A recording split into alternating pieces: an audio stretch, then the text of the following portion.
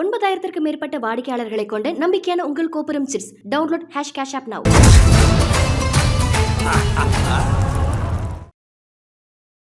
கழுவாத காதலிக்கு கல்யாணமா, கரண்டியில் வேகுது பணியாரமா? கழுவாத காதலிக்கு கல்யாணம் அப்படின்னா அதை காமம் இல்லாதவனுக்கு கல்யாணம் இருக்கு. ஊராம்புள்ளைய ஊட்டி வளர்த்தா தான் புள்ள தானா வளரும். கல்யாணம் பண்ணி வரக்கூடிய மனைவி யாரு? ஊராமட்டு பிள்ளை. ஊராமுட்டு பிள்ளை. அந்த ஊராமுட்டு பிள்ளைய உங்க அம்மா அப்பா இருக்காங்கல்ல, அவங்க ஊட்டி வளர்த்தாங்கன்னா 1000 பொய்ய சொல்லி ஒரு கல்யாணத்தை நடத்தலாம் அப்படின்னு பழமொழி இருக்கு தமிழ்ல. அதாவது 1000 பொய் சொல்லிலாம் கிடையாது, 1000 முறை போயாவது அந்த கல்யாணத்தை பண்ணி விடும். போய் என்பது பொய்யாக மாறிடுது. போக்கத்தவனுக்கு போலீஸ் வேலை, வக்கத்தவனுக்கு வாத்தியார் வேலை. நீங்களும் வாத்தியார் தான். அதுக்காக நான் வந்து வாக்கத்தவனா? பழம் நழுவி பாலில் விழுகாது, பழம் நழுவி பாகில் விழுகுது. கல்லை கண்ட நாயை காணோம், நாயை கண்ட கல்லை காணோம் அப்படின்னு என்ன அர்த்தம்? நாய் சிலையை பார்க்குறீங்க, நீங்கள் பார்க்கும்போது நாய் இருக்குது, நீங்கள் பார்க்கும்போது நாய் தெரியுது, கல்லை காணோம். நான் பார்க்கும்போது கல்லு தெரியுது, நாயை காணோம். தசாவதாரம். கல்லை கண்டால் நாயகன் தெரிவது, கல்லை மட்டும் கண்டால் கல்லை மட்டும் கண்டால் கடவுள் தெரியாது. அடிமேல் அடி வைத்தால் அம்மையும் நகரும் அப்படின்னு ஒரு பழமொழி இருக்கு. என்ன அர்த்தம்? இந்த பழமொழி தப்புங்க. 6லும் சாவு, 100லும் சாவு. பாண்டவர்களோட சேர்ந்தாலும் உனக்கு சாவுதான் வரும், கௌரவர்களோடு சேர்ந்தாலும் உனக்கு சாவுதான் வரும். அப்போ 6லையும் சாவு, 100லையும் சாவு. தமிழக வீதிகளில் தமிழ் எப்படியெல்லாம் தாண்டவம் ஆடுகிறது அப்படிங்கிறத பற்றி தமிழ் ஆசிரியரும் கல்விச்சாலை கதிரவன் ஐயா அவர்கள் நம்மோடு பகிர்ந்து கொள்ள இருக்கிறார்கள். ஐயா வணக்கம். வணக்கம் ஐயா. சில பழமொழிகள் நான் சொல்கிறேன், அந்த பழமொழிகளுக்கு என்ன அர்த்தம் அப்படின்னு நீங்கள் சொல்லிடுங்க. கழுவாத காதலிக்கு கல்யாணமா, கரண்டியில் வேகுது பணியாரமா அப்படின்னா என்ன? கழுவாத காதலிக்கு கல்யாணம் அப்படின்னா அதாவது காமம் இல்லாதவனுக்கு கல்யாணம் எதுக்கு? காமம் இல்லாதவனுக்கு கல்யாணம் எதற்கு? நம்ம ஊரில் அதிகமாக சொல்லுவாங்க, குறிப்பாக ஸ்கூல்லையும் காலேஜ்லேயும் சொல்லுவாங்க, வர வர மாமியா கழுத போல ஆனாலாம் அப்படிம்பாங்க. அதாவதுங்க, வர வர மாமியா கழுதை இல்லைங்க, கைதை. கைதை. வர வர மாமியா கைதை போல தேஞ்சாலாம் அப்படின்னா அந்த ஊமத்தங்காயா.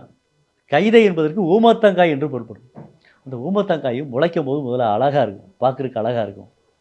அந்த ஊமத்தங்காயை வந்து அப்படி வளர்ந்து வளர்ந்து வளர்ந்து வரும்போது என்ன ஆகுமா, அந்த ஊமத்தங்காயை சுற்றி முள்ளு மாதிரியே வளருமா. அதே மாதிரி மருமகள்கிட்ட பேசக்கூடிய மாமியார் என் மருமக மாதிரி முடியுமா அப்படி சொல்கிறா பார்த்தீங்களா? அந்த வார்த்தை கொஞ்சம் காலம் ஆன பிறகு வேறு விதமாக மாறுகிறது. அதே வர வர மாமியா கைதை போல தேஞ்சாலாம் அப்படின்னு. ஊராம்புள்ளைய ஊட்டி வளர்த்தா தான் புள்ள தானா வளரும். ஐயா, உங்களுடைய மனைவி இருக்காங்கல்ல, உங்களுக்கு கல்யாணம் ஆயிடுச்சுல்ல? இப்போ சிங்கிள் தான். இப்போதைக்கு சிங்கிளாக இருக்கீங்களா? பரவாயில்ல. இப்போதைக்கு கல்யாணம் ஆகாமல் இருக்கீங்க, பரவாயில்ல. எப்போ கல்யாணம் பண்ண போகிறீங்கன்னு எனக்கு தெரிய வேண்டாம், உங்களுக்கு தெரியும். இப்போ நீங்கள் கல்யாணம் பண்ணுறீங்க, கல்யாணம் பண்ணி வரக்கூடிய மனைவி யார்? ஊராமட்டு பிள்ளை. ஊராமுட்டு பிள்ளை. அந்த ஊராமுட்டு பிள்ளைய உங்கள் அம்மா அப்பா இருக்காங்கல்ல, அவங்க ஊட்டி வளர்த்தாங்கன்னா அவள் வயிற்றில் வரக்கூடிய குழந்தை தானாக வளரும். அப்போ ஊராம்பிள்ளைங்கிறது புகுந்த வீட்டில் இருந்து, பிறந்த வீட்டில் இருந்து புகுந்த வீட்டுக்கு வரக்கூடிய மருமக.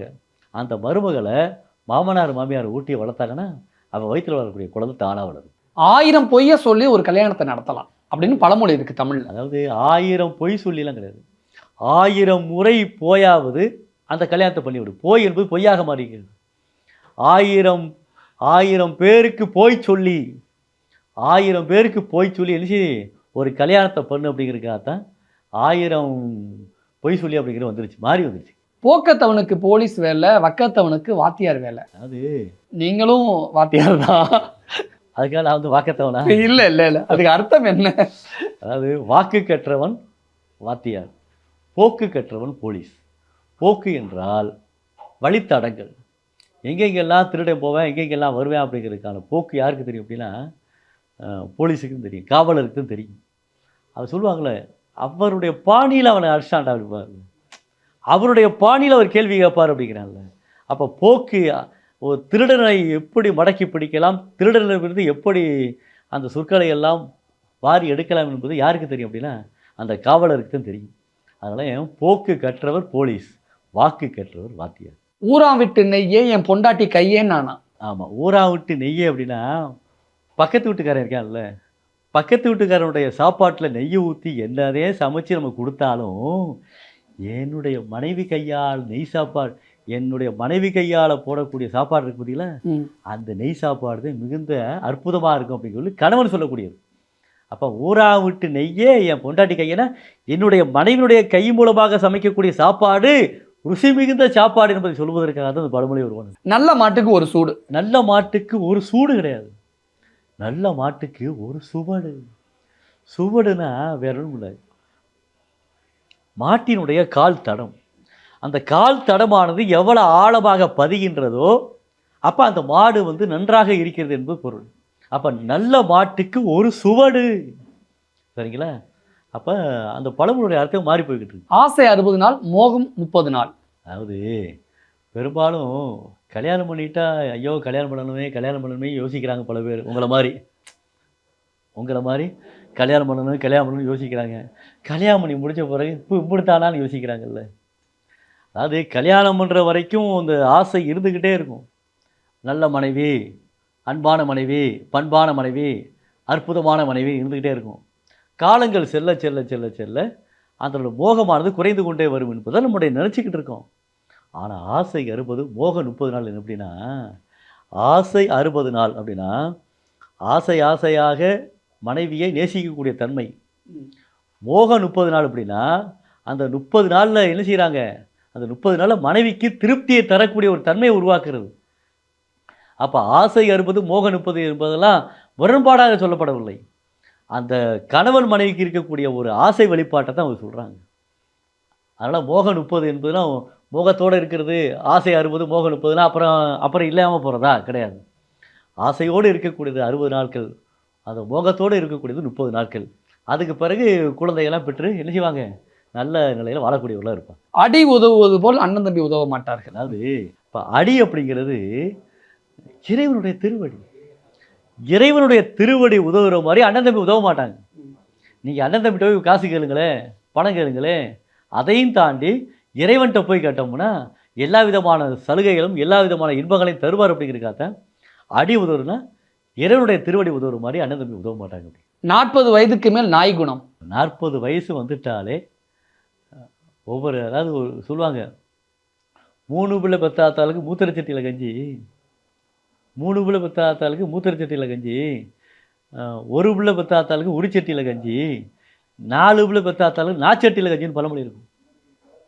அதாவது 3 பிள்ளை பெத்தாத்தாளுக்கு மூத்திரச்சட்டியில் கஞ்சினா மூத்திரம் கிடையாது, 3 பேருடைய திறம்னா பெரியாரா போடணும். மன்னா நீ ஒரு மாமா மன்னா அப்படிங்கிற மாதிரி மூத்திரம்னா 3 பேருடைய திறமான குடும்பத்தில் இருக்கக்கூடிய அந்த தன்மை. இப்போ மூத்திரச்சட்டின்னு வராது, மூத்திரச்சட்டி. 3 பிள்ளை பெற்றா 3 பேருடைய வீட்டில் என்ன செய்யும், சாப்பாடு வரும். 1 பிள்ளை பெற்றாத்தாலும் உரிச்சட்டியில் கஞ்சினா அந்த அம்மா எப்படா வருவாங்கன்னு காத்து கொண்டிருப்பவனுக்கு அந்த உரிச்சட்டியில் கஞ்சி வச்சுக்கிட்டே இருப்பாங்க. அடிக்கடி அரசியல்வாதிகள்லாம் ஒரு பழமொழி சொல்லுவாங்க, என்ன பழம் நழுவி பாலில் விழுந்துருச்சு, பழம் நழுவி பாலில் விழுந்த கதையா அப்படிம்பாங்க. சொல்லுவாங்கல்ல, என்ன அர்த்தம்? பழம் நழுவி பாலில் விழுகாது, பழம் நழுவி பாகில் விழுகுதல். பாகுனா வெள்ளம், அது பழமே இனிப்பு, அந்த இனிப்பான பழம் இன்னும் பாகில் விழுந்துச்சுன்னா ரொம்ப இனிப்பாக இருக்கும்ல. அப்போ பழம் நழுவி பாகில் விழுந்ததுதான், பாலில் என்பது வரக்கூடாது, பழம் நழுவி பாகில் விழுந்தது அப்படின்னு வரும். கல்லை கண்டா நாயை காணோம், நாயை கண்டா கல்லை காணோம் அப்படின்னா என்ன அர்த்தம்? கல்லை கண்டா நாயை காணோம், நாயை கண்டால் கல்லை காணோம் அப்படின்னா வேற ஒன்றுமே இல்லை. நீங்கள் ஒரு சிலையை பார்க்குறீங்க, நாய் சிலையை பார்க்குறீங்க, நீங்கள் பார்க்கும்போது நாய் இருக்குது, நீங்கள் பார்க்கும்போது நாய் தெரியுது, கல்லை காணோம். நான் பார்க்கும்போது கல் தெரியுது, நாயை காணோம். அப்போ கல்லை பார்க்கின்ற பொழுது நாய் தெரியவில்லை, நாயை பார்க்கின்ற பொழுது கல் தெரியவில்லை. அப்போ நாயை கண்டா கல்லை காணா, கல்லை கண்டால் நாயை காணா. இதில் இன்னொரு பழமொழி என்ன தெரியுமா, நாயகனை கண்டால் கல் தெரிவது, நாயகனை கண்டால் கல் தெரிவதில்லை, கல்லை கண்டால் நாயகன் தெரிவது. கல்லை மட்டும் கண்டால் கடவுள் தெரியாது. தசாவதரமா? தசாவதாரம். கல்லை மட்டும் கண்டால் கடவுள் தெரியாது என்ற தசாவதார பாடலோடு அது பொருத்தமாக இருக்கும். அப்போ கல்லை கண்டால் நாயை கண்டால், நாயை கண்டால் கல்லை காணோம்னா கல் எடுத்து போய் எரிகிறதா கிடையாது, சரிங்களா? நம்ம ஊர்ல ஒரு அழகான பழமொழி இருக்கு. அதுக்கு தகுந்த மாதிரி சமீபத்துல வாரிசு படத்துல கூட விஜய் ஒரு டயலாக் சொல்லுவாப்புல, அடிமேல் அடிமேல் அப்படின்னு சொல்லுவாப்புல. அதுக்கு தகுந்த மாதிரி அடிமேல் அடி வைத்தால் அம்மையும் நகரும் அப்படின்னு ஒரு பழமொழி இருக்கு. என்ன அர்த்தம்? இந்த பழமொழி தப்புங்க. ஆ அடிமேல் அடி வைத்தால் அம்மையும் நகரும் கிடையாது. அடிமேல் அடி வைத்தால் அம்மையும் தகரும். தகரும் என்றால் என்ன தெரியுமா? உடையும். அம்மியில போய் அடிச்சுக்கிட்டே இருந்தால் உடையாம என்ன பண்ணும்? அது எப்படி நகரும்? ஆனால் இன்னொரு பழமொழி, அது இன்னொரு அர்த்தம், இன்னொரு பொருள் சொல்லுவாங்க. என்ன தெரியுமா? ஆடி காத்துல அம்மியும் பறக்குன்னு சொல்லுவாங்க. அந்த அளவுக்கு ஆடி மாசம் காத்து அவ்வளோ அதிகமா இருக்குமா? அல்ல, ஆ. ஆடி காத்துல ஒரு ஆடி மாதம் மழை பெய்யும். அந்த மழை பெய்கின்ற பொழுது ஒரு வாசம் வரும். அந்த வாசம் என்ன ஆகும்? நம்ம உடம்புல படும். அப்படி படும்போது அந்த ஆடி காத்துல அந்த ஆடி காத்தானது நம்முடைய உடலில் படும்போது நம்மகிட்ட இருக்குள்ள அம்மை நோய், வெப்பம், அந்த வெப்ப நோய் என்ன செய்யுமா? போயிடுமா. இப்போ ஆடி காத்துல அம்மையும் பறக்கும் கிடையாது, ஆடி காத்துல அம்மை நோயும் பறக்கும். 6லும் சாவு 100லும் சாவு. பாண்டவர்கள் இருக்காங்கல்ல, மகாபாரதத்தில் பாண்டவர்லாம் நீங்கள் கேள்விப்பட்டிருப்பீங்க. பாண்டவர்கள் 5 பேர், கர்ணன் ஒரு ஆள். கௌரவர்கள் எத்தனை பேர்? 100 பேர். கௌரவர்கள் 100 பேர். இப்போ பாண்டவர்கள் 5 பேர் கூட கர்ணனை சேர்ந்தாலும் சாவுதேன். இந்த கௌரவர்கள் 100 பேர் இருக்காங்களே, அப்போ 100 பேரோட 100 பேரோட அந்த கர்ணன் சேர்ந்தாலும் சாவுதேன். அப்போ 6லையும் சாவு. அப்படி 6லையும் சாவு 100லையும் சாவு. அப்படின்னா பாண்டவர்களோட சேர்ந்தாலும் உனக்கு சாவுதான் வரும், கௌரவர்களோடு சேர்ந்தாலும் உனக்கு சாவுதான் வரும். அப்போ 6லையும் சாவு 100லையும் சாவுன்னு சொல்கிறாங்க. நன்றி. நன்றிங்க. 9000க்கும் மேற்பட்ட வாடிக்கையாளர்களை கொண்ட நம்பிக்கையான உங்கள் கோபுரம் chips. Download #cash app now.